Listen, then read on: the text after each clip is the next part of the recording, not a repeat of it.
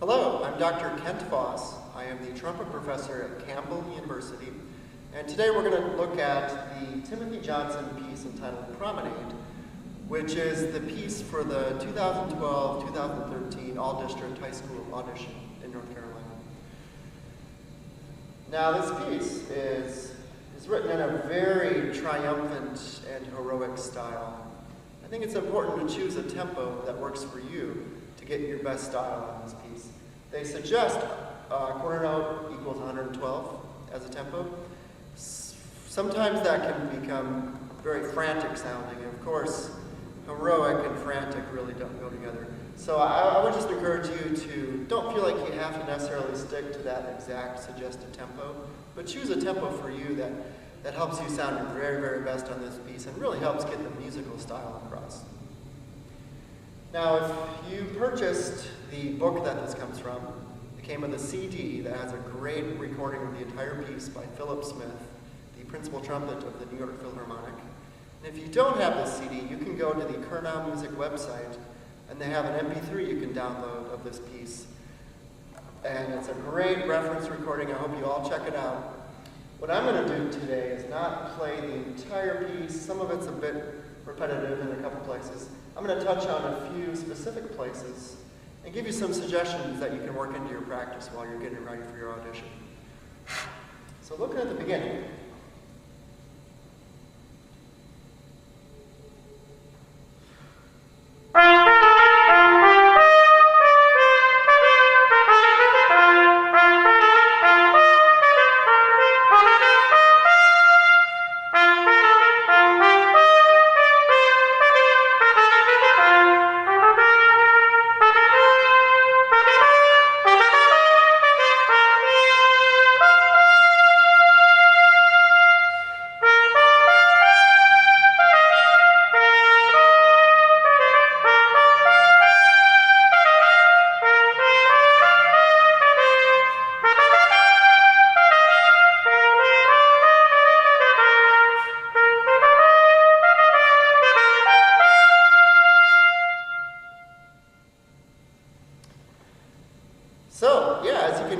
we want to have a very majestic style to this piece.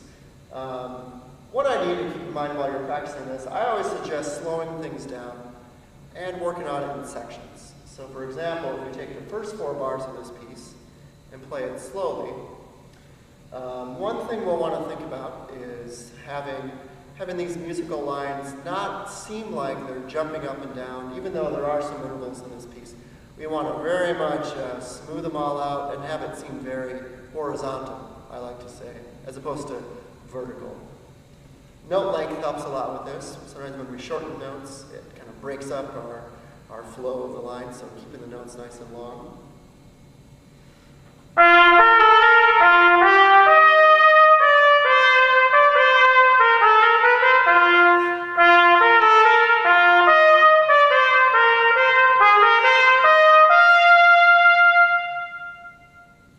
And then now the same idea up to speed at the beginning.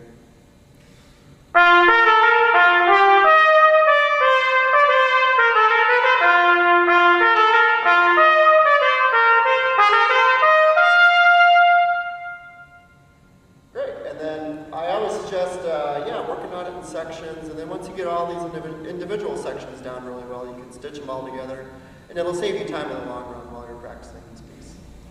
Now looking ahead to measure 28, we want to focus on, on all these 16ths. I mean, this section I feel it being a little more dance-like in the beginning. But on these 16ths, really not shortening the notes at all, really letting everything be nice and full value, and kind of a good flow to it. That'll help make these places where we have some intervals on the piece not seem so jumpy.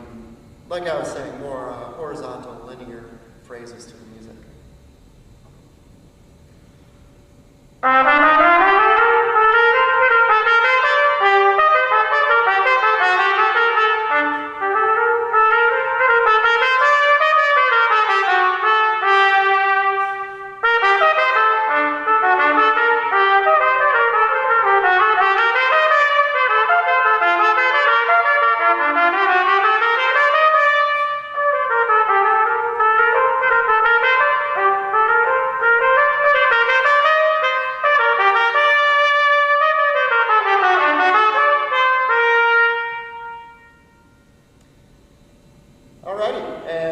so that is a little under tempo, a little under 112.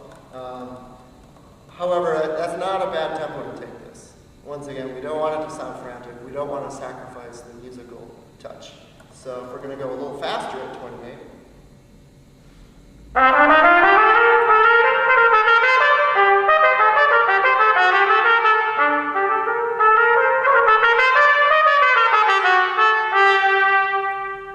It'll be a little more like that. So choose the tempo that's most comfortable for you. Now looking ahead up to 40. Actually, I did have one suggestion back at 28. Look for patterns among these notes. For example, measure 34 is a really good place to look. The first two beats of this measure are all a G major chord, arpeggio, and the beats 3 and 4 are all in C major. So that can really just help these lines just be a lot easier to comprehend while you're playing. So here's the G major at measure 34. And now we're in C major. And you'll find other spots in here, maybe just one beat sections where it's a couple of E major chords you can find. And those help to make it a lot easier. Okay, so now jumping up to pick up to 40. This is a great section to slow down at first and learn it at a nice slow tempo. And I always say there's a certain magic to when you learn something slowly and really perfect it, really get it just right. Then you can speed it up and it'll always be there. And you'll save a lot of time in the long run. So how about we go first a little under tempo at 40.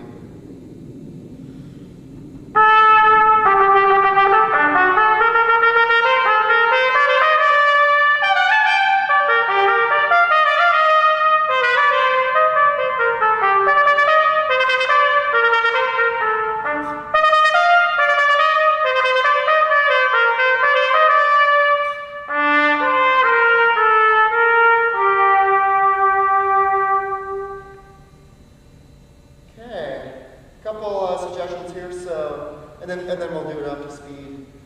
Watch for so measure 41 and measure 42 where we have these 16th note triplets. It's good if you can really emphasize that accented note and let the other notes of the triplet not be quite as loud as the first one. So really put the emphasis on the downbeats. It'll make those little passages go by a little quicker. So versus trying to play all those notes equally loudly. It becomes a lot more challenging when we do it that way. So also a measure later where we have fortissimo, subito, means suddenly fortissimo. Let's go ahead and going into that we have a nice deep crescendo. Let's make it soften going into it, and then all of a sudden suddenly fortissimo. And then once again we go softer, and then suddenly fortissimo again. And on these 30-second notes, keep the notes long. We don't want to shorten them. And molto rallentando, that's a great opportunity to slow down and to have a nice contrast to the rest of the piece. It's one of our only chances to slow down a bit on this piece. So here's 40 up to speed.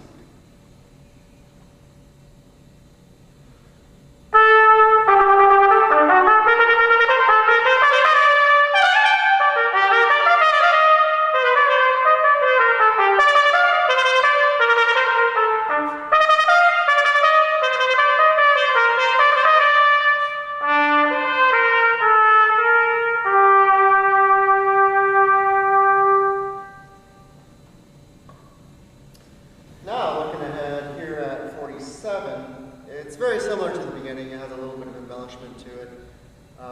We'll look at that just for a sec here.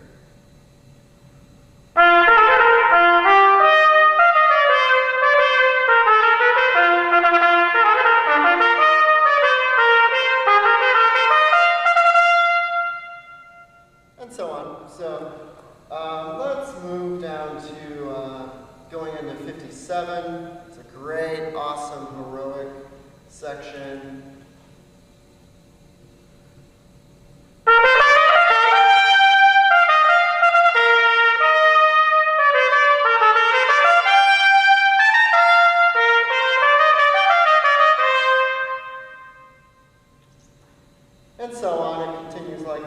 let's skip up to 65 to the end. Just a couple thoughts to really maintain your sound. You want to set yourself up for this ending the best you can and always have the greatest sound you can get leading up to the finish. On all these 16ths and especially the 32nd notes, focus on keeping your sound nice and long notes in there. The tendency sometimes on 16ths and 32nds is to treat them like short little fast notes. We really want to blow through our double tonguing and really keep the best sound we can get. On these upper notes, especially toward the ending, really focus on getting your power, the power that you want to get in your sound through the articulation especially, and not so much just playing these notes as loud as possible. Really land on them nice and clearly, and sometimes you can even shape, especially the last note a little bit, maybe do a bit of a crescendo to the end of the note. So here is 65 to the end.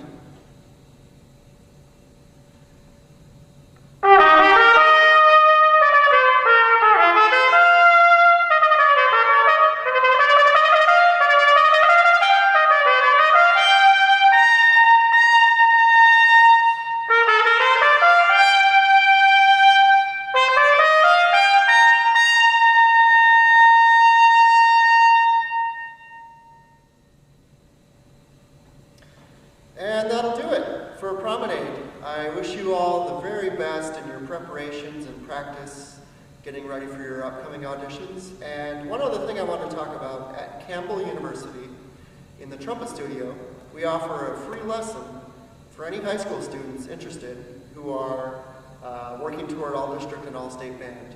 What you can do is go on Facebook and look up the Campbell University Trumpet Studio on Facebook. And we'll have information on there for anyone who's interested in a free lesson with me. They'll mainly be in December, so I would go ahead and look soon, and there'll be contact information. So I hope some of you take us up on the offer, and wish you all the very best getting ready for your auditions.